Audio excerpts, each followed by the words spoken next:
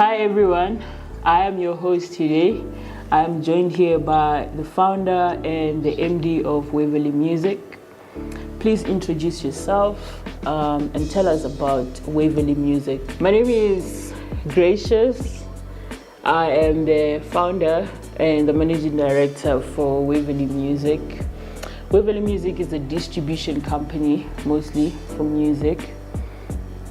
I don't know what to say, but it's a music distribution company. We are independent. We do not have any type of support from the majors. We are prioritizing African music. What we're trying to do is that we are trying to empower more of the African music and take them around the globe. So that's what Waverly Music stands for. That's what it means to me when I talk about Waverly Music. Tell us about how it started. So how Waverly Music started, it actually started off as a joke. So what would happen is that I used to pitch for my friends all the time, and a lot of times when I pitch for them, the success rate would be like way higher than when their distributors were doing that. At that time, I was only focusing on the agency, which is what has been putting food on the table for so many years, an advertising digital agency. So a lot of people just felt like, hey man, you are doing this thing, you know how to market the music, you understand how to pitch, you have built these relationships for a couple of years right now. It's time for you to, delve down into distribution. And at that time, I didn't really think much of it. I didn't really even care much about distribution. I think I started caring more about distribution when I started to realize what it means to be a distributor, and also when I started to realize that we have songs that we have marketed, and because of the work that we have done, they have gotten like over 100 million streams. And the vision from the beginning when I started the agency was that I always wanted to have a place that artists can come and then they can find everything in-house, and when they find that everything, they are able to just move from one sector into the company to the next to be able to get their things serviced. Unlike getting your distribution from one company, you're assigned to a different label and you're getting your visuals from a different company. So when I thought about expanding the agency and doubling into distribution, it kind of like made sense that, okay, cool, now we'll be able to market our music, to be able to get those numbers, to be able to dominate in different genres of music. So it was an easy go. So eventually it took us like over 2 years to even introduce Waverly Music, because most of the time it was just like, yeah, I'm studying the distribution guys, but sometimes I hadn't even started doing anything. But last year, that's when we started doing a lot of work from January, actually before last year actually. So I think late 2022, we started preparing for Waverly Music, and it took us over like 8 months before we launched, which was today, last year. So tell me, what makes Waverly Music different from all the other distributors out there? What makes Waverly Music different from all the other distributors is we pride ourselves in communication. We pride ourselves in supporting the artist. A lot of distributors just want to take your music and put them on the DSPs, and it doesn't matter what happens after that. We try by all means to constantly be in communication with the artists that we are working with. We try to give them pointers in terms of like how to improve their social media. We have people that's their job. They constantly have meetings to say, hey, maybe you need to create this type of content to move. Okay, cool. What do you envision for this release? And then taking their vision and the expertise, putting them together and giving them a rollout plan. That's something that a lot of distributors are now doing. Checking up on our artists constantly. So yeah, so I think that what makes us most different, and the fact that you can get hold of us 90% of the time. So during the day, you are able to get hold of us here in South Africa during the South African time, and at night, if you need some type of assistant, you are able to also get help from our international team, which is just our support team, which you can contact on our official website or on your dashboard as a client. On your dashboard, because we give you a dashboard, so you're able to just say contact support and speak to them, and they'll help you with whatever that you need. So customer service, customer centric, I think that's what makes us different. What is your vision for Waverly Music?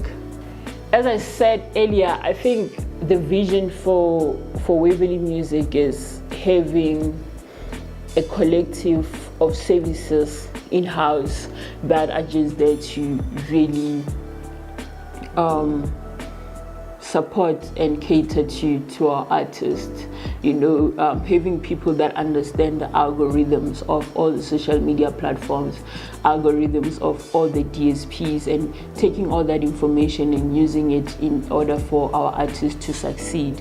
So that's like the vision, being able to create content in-house for our artists,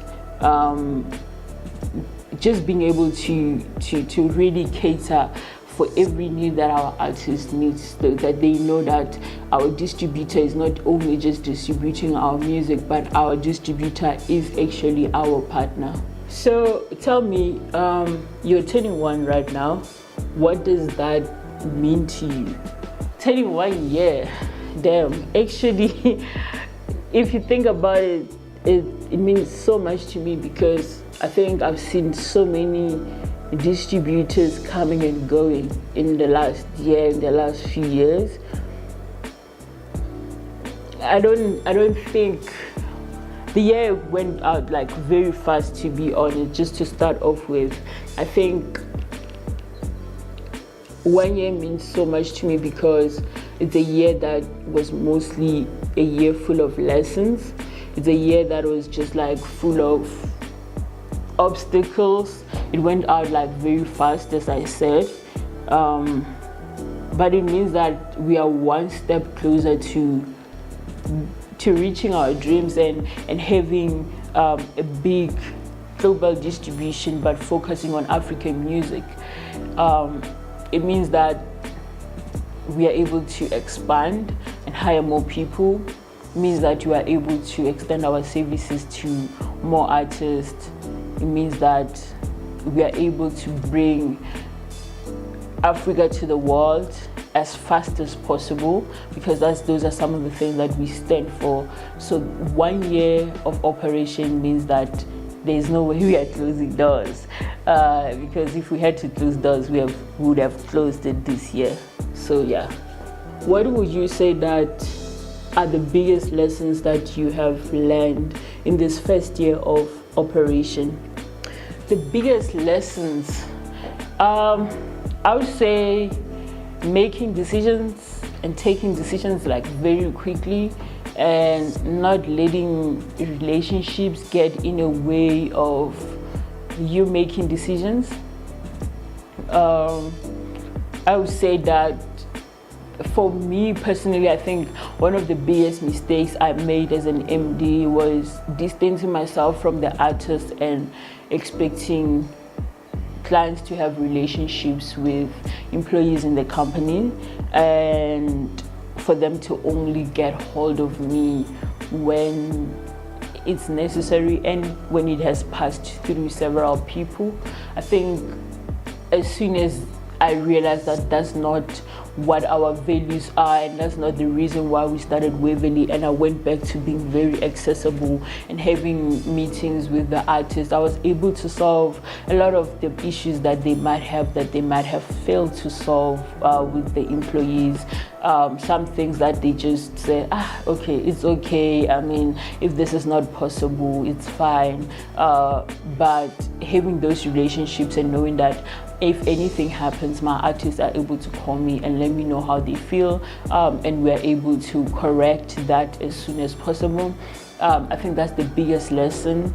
Outside of that, I think just making decisions very quickly. There's no need for for you to give someone 7 chances before you take a decision, because when someone constantly makes mistakes, and when someone constantly does the wrong thing, knowing that they are doing the wrong thing, the people that suffers are the artists, and the artists should come first under any circumstances, because those are the people that put food on the table. Those are the people that we are here to serve. And if you do not understand that the company stands for that, then you're not supposed to be in the company. So you should be able to leave and go somewhere. There's so many distribution companies, so many labels that stand for different things that we don't stand for, and therefore if it's not what you stand for, you should not be part of the Waverly movement, because we are very customer centric, and we constantly try to improve that and make sure that everyone feels equal, everyone feels loved, everyone feels appreciated, and everyone understands that we value them and we respect them for just choosing us over like so many distribution companies. So tell me, what is the next step? That now you have 10-1, what is the next step for Waverly Music? I would say that the next step for Waverly Music is introducing new stuff. As we're turning 1 year today, by the time this video drops, we would have already introduced Waverly Publishing, where we have partnered with one of the top publishing houses in the US that will be helping us to make publishing easier for our clients and for anyone that would like to take our publishing packages, making sure that people are getting their royalties, both sides on time. We would have introduced Waverly Studio Family, which is our content creation sector where we create content, and also Waverly Shop, where you can be able to get our services, professional services like ads, digital marketing, as well as merchandise for some of our clients, vinyls. And we are hoping that in the future we would have a ticketing services so that our clients can make it easier for our clients to sell tickets on our site. So yeah, I think those are the next steps for Waverly Music, making it a whole round music business where artists can get and find everything that they need. If you had to start again, what are those things that you would do differently, knowing what you know right now? If I had to start again, I think I would run the business as lean as possible. I would realize that not everything needs someone that specializes in that, because there's so many mistakes that you make because you don't really know 100% everything that you think you know. I think it's easy to think that you understand something until you are inside it. It's totally different from what you know. Therefore, having a lean team helps you to identify those mistakes 10 times faster than having a larger team. You realize a little bit late that there's something is lacking.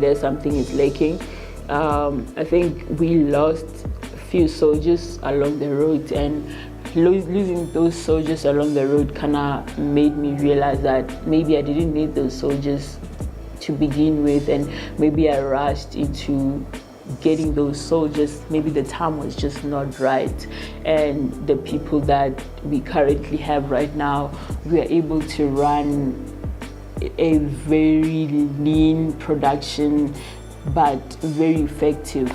I think that's the first lesson. The second lesson goes back to what I said in terms of taking actions. I think some actions that we took them a little bit too late. We could have taken them earlier to avoid certain types of issues. What else would I do differently? I think yeah, I think it's just those two. I think other mistakes and other issues and obstacles that we have faced, they are mostly things that had to happen in order for us to move to the next phase, or in order for us to understand certain something, and in terms for us to know how certain stuff are supposed to be done. So I wouldn't really dwell much on them. So yeah, that's it. All right, guys, thank you so much for joining us today. Thank you so much for coming and giving us the information that you've given us. Again, congratulations for turning 1 year. We wish you more years, and we hope that every year we come here and we celebrate and see what we have learned and where we are as a company. Thank you.